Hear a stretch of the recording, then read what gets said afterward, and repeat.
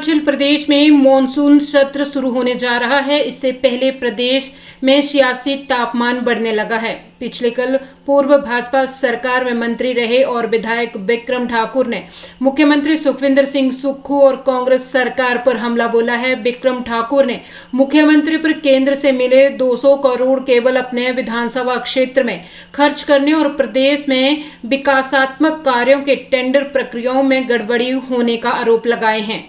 बिक्रम ठाकुर ने कहा कि विधानसभा का मानसून सत्र होने वाला है। इस बार सदन में वर्तमान प्रदेश सरकार के 2 सालों के कामों पर सदन में चर्चा होगी।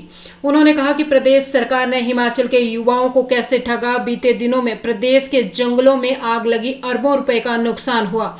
इन सारी बातों को लेकर सरकार से प्रश्न होंगे। बिक्रम ठाकुर ने प्रदेश में चल रहे विकास कार्यों की टेंडर प्रक्रिया में गड़बड़ी का आरोप सरकार पर लगाया है। उन्होंने कहा कि बड़सर विधानसभा क्षेत्र के अंदर 200 करोड़ की लागत से उठाऊ जल परियोजना बनाई गई थी। इस परियोजना में ब्यास नदी की जगह सतलुज को बाद में स्रोत बनाया गया। 131 करोड़ की डीपीआर बनाई गई, लेकिन टेंडर प्रक्रिया को नहीं बदला गया। चीफ इंजीनियर ने सरकार को 2 पन्नों का पत्र लिखा और टेंडर प्रक्रिया को पुनः करवाने की बात कही, लेकिन कोई कदम नहीं उठाया गया। इसके अलावा 5 शहरों में सैनिटेशन बनाने को लेकर भी टेंडर प्रक्रिया में गड़बड़ी की गई है। उन्होंने कहा कि टेंडर प्रक्रिया के दौरान टेक्निकल बिड और फाइनेंशियल बिड ली जाती है, लेकिन प्रक्रिया को ठीक ढंग से अमल में नहीं लाया गया है।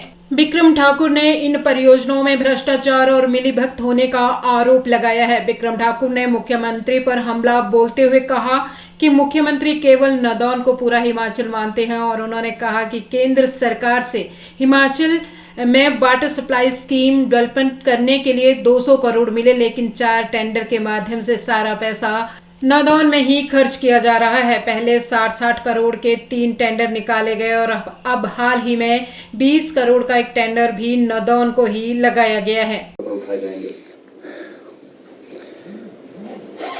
आने वाले दिनों में विधानसभा का सत्र लगेगा और एक महत्वपूर्ण सत्र हम कह सकते हैं।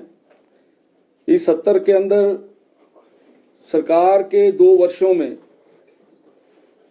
जो काम किए हैं और जो काम रह गए हैं, उन सारे विषयों के ऊपर विधानसभा के अंदर चर्चा करेंगे।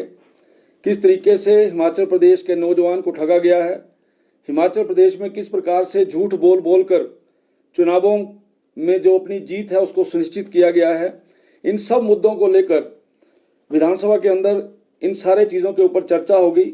हिमाचल प्रदेश के अंदर पिछले दिनों लगातार सारे के सारे जंगल जल गए हैं और इन जंगलों के जलने के कारण से हिमाचल प्रदेश को अरबों रुपए की क्षति हुई है। इन सारे मुद्दों के ऊपर भी डिस्कशन लेंगे। एक महत्वपूर्ण मुद्दा जो मैं आपके ध्यान में भी लाना चाहता हूं और उसको हम विधानसभा के सत्र में भी लेंगे कि मैं माननीय मुख्यमंत्री जी से ये प्रश्न भी करना चाहता हूं कि उनकी आंखों के सामने किस प्रकार से कुछ जो प्रोजेक्ट्स हैं उन प्रोजेक्ट्स के बारे में मैं चर्चा करना चाहता हूं।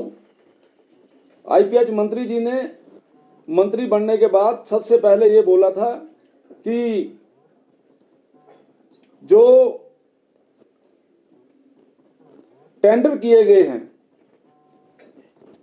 और एक उसमें से टेंडर जो कि 200 करोड़ रुपए का टेंडर था और वो 200 करोड़ रुपए का टेंडर हमीरपुर के बड़सर विधानसभा क्षेत्र के अंदर लगने वाली स्कीम का था।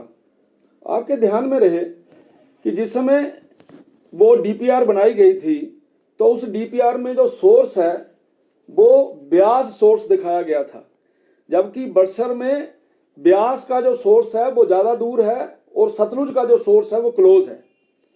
200 करोड़ का टेंडर हो गया उस ब्यास नदी के ऊपर से प्रोजेक्ट लाने के लिए, लेकिन उसके बाद जब ये पाया गया कि हमारे तो सोर्स पास में है तो उस स्कीम को बदला गया, उस स्कीम को फिर दोबारा से सतलुज के ऊपर किया गया। लेकिन दुर्भाग्य का विषय है कि मंत्री महोदय ये कहते रहे कि 200 करोड़ के टेंडर को रद्द कर दिया जाएगा और दोबारा से टेंडर किया जाएगा, लेकिन मैं आपके ध्यान में लाना चाहता हूं उसी कंपनी को वो टेंडर जो है वो दे दिया गया, क्योंकि उस टेंडर के लिए जो पैसा आया था वो 131 करोड़ था। 131 करोड़ की नई डीपीआर बना के उसी जो ठेकेदार है उसको वो टेंडर दे दिया गया। मैं पूछना चाहता हूं, जो ईएनसी प्रोजेक्ट है, ये टेंडर किस प्रकार से हुआ? और आपके ध्यान में रहे कि ये जो टेंडर हुआ है, इस टेंडर की जो कमेटी है, उस कमेटी के एक चीफ इंजीनियर ने 2 पेज का कागज लिख के भेजा सरकार को कि इस प्रकार से नहीं हो सकता। जब सोर्स बदल गया, जब मशीनरी बदल गई, जब राइजिंग मेन बदल गया, तो टेंडर क्यों नहीं बदला, टेंडर दोबारा से क्यों नहीं हुआ?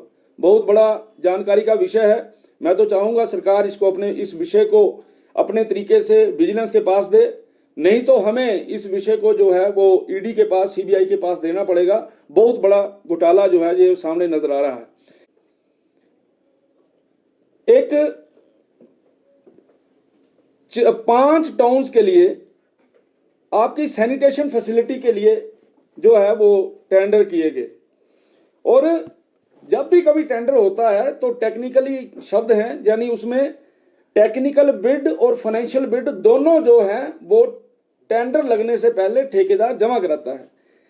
और ये सैनिटेशन के जो 5 टाउन्स का जो बना है, उसमें जो ठेकेदार जो जिन्होंने पार्टिसिपेट किया है, उनसे केवल और केवल टेक्निकल बिड मांगी गई। और जब वो टेक्निकल बिड मांगी गई तो उन 5 में से 2 की टेक्निकल बिड रिजेक्ट हो गई। टेक्निकल बिड 3 की बची। उन तीनों को मौका दिया गया कि अब आप फाइनेंशियल बिड डालो। मिलके तीनों ने वहां पे बंदर बांट करके अलग अलग से प्रोजेक्ट ले लिए। इन प्रोजेक्टों के बारे में भी पूर्ण रूप से इसकी इंक्वायरी होनी अति आवश्यक है। क्या कारण है कि हिमाचल प्रदेश में नाबार्ड के अंतर्गत, एडीबी के अंतर्गत जिस समय टेंडर होते हैं तो उस समय हम लोग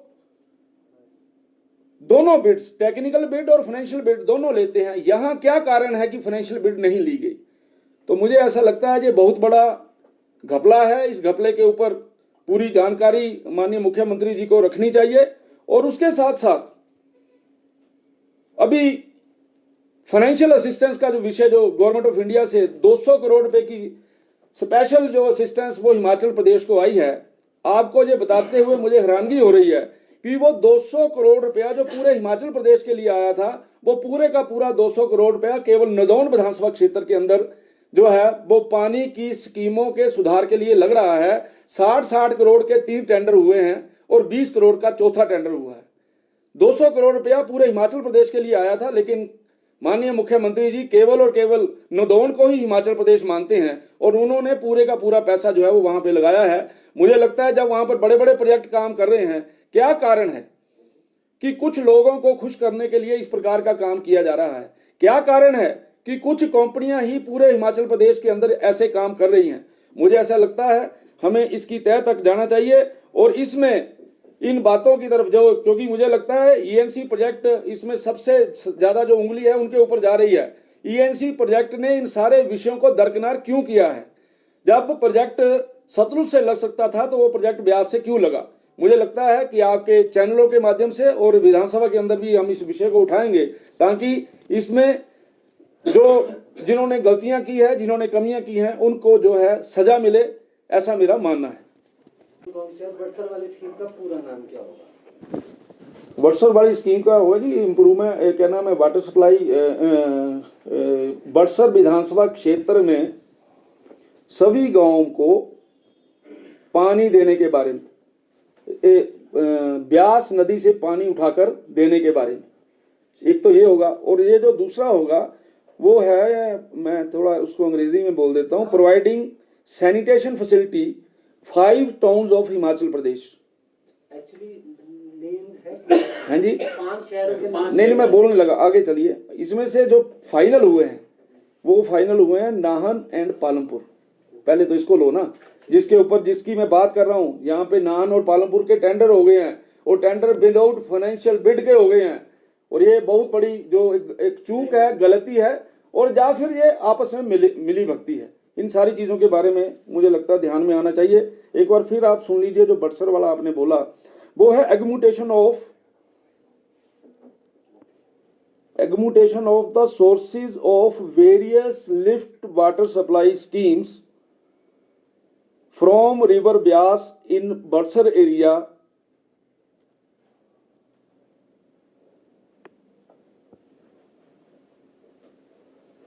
with the help of NDB, bank का नाम है।